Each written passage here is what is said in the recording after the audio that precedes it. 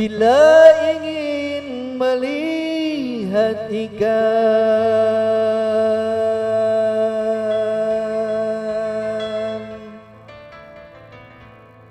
di dalam kolam,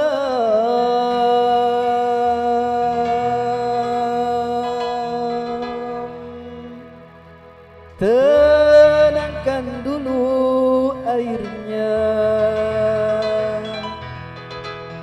sebening kaca.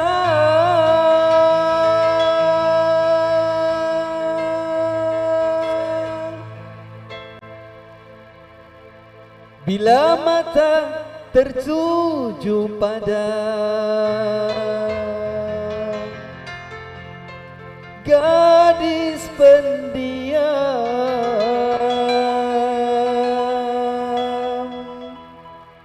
caranya tak sama menggoda darah lincah. Ayo, spesial untuk ibu-ibu dapur. Hei.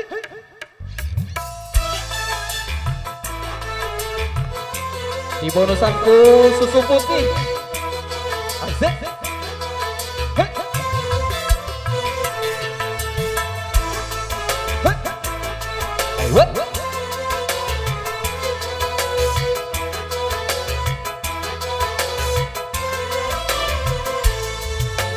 Bila ingin melihat ikan di dalam kolam, tenangkan dulu airnya, sebening kaca. Bila mata tertuju pada gadis pendiam, caranya tak sama menggoda darah lincah. Jangan dulu, janganlah diganggu, biarkan saja, biar duduk dengan tenang. Senyum-senyum dulu, senyum dari jauh. Kalau dia senyum, tandanya hatinya mau. Ayo.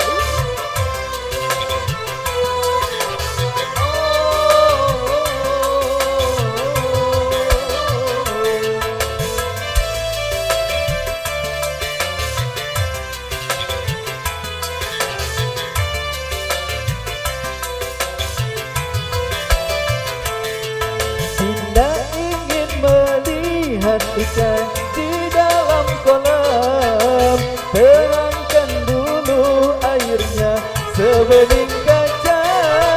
Bila mata tertuju pada gadis pendiam, caranya tak sama menggoda darah lincah.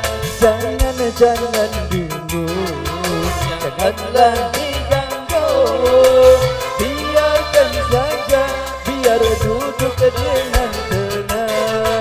Senyum-senyum dulu, senyum dari jauh.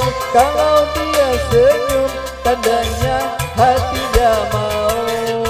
Coba Pak Ustadz bola, pada kemana Pak Ustadz? Siap, atur nuhun. Ibu dapur, coba semangat Mak, luar biasa. Coba.